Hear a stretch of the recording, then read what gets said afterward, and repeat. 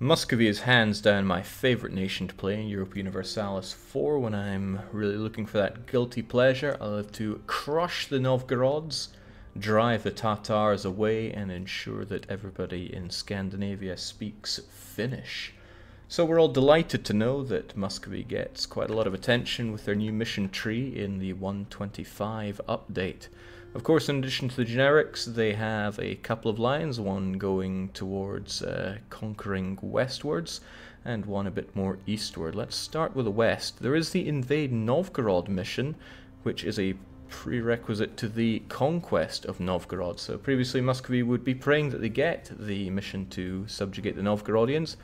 Now it's entirely in their choice. It starts off with simply being at war with Novgorod, a casual opener for any Muscovite player, and that is going to reward them with the permanent claims on all that Novgorodian land that they want.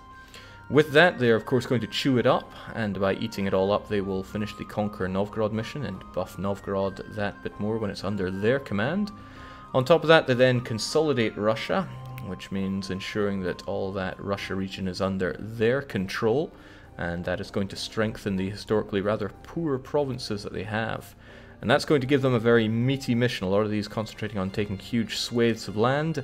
Yes, this liberation of Ruthenia covers the entire Ruthenian region.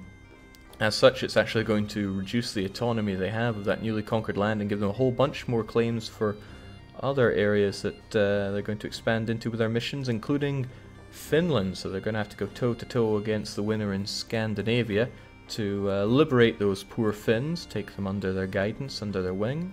And also there is Window on the west, which is going to see them carve up the Livonian Order. So missions for taking large swaths of land as the Muscovites. What of the other side? Well, there's taming the steppes. First you have to take your cautionary tiptoe into the Great Horde and or Kazan. At least one of these provinces must be in your control, to work your way down to Subjugating Kazan. It's one of those missions that would randomly pop up before, but now you have control over it, and when you eat up Kazan you get better missionary strength and reduced unrest in the area.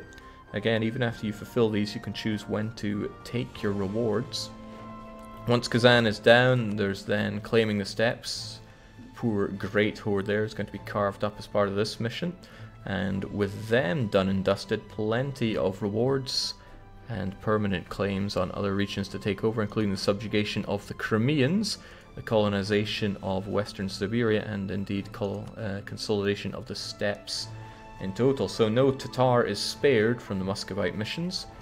Now when you've dealt with all those, of course there's colonized Eastern Siberia. So they need to have at least 10 fully colonized provinces in the Eastern Siberian region, and they're going to be rewarded with global settler increase and settler chance, as well as Pacific port modifier. So plenty of opportunity for Muscovite to take control of its own missions and expansion paths with the new mission system in 1.25.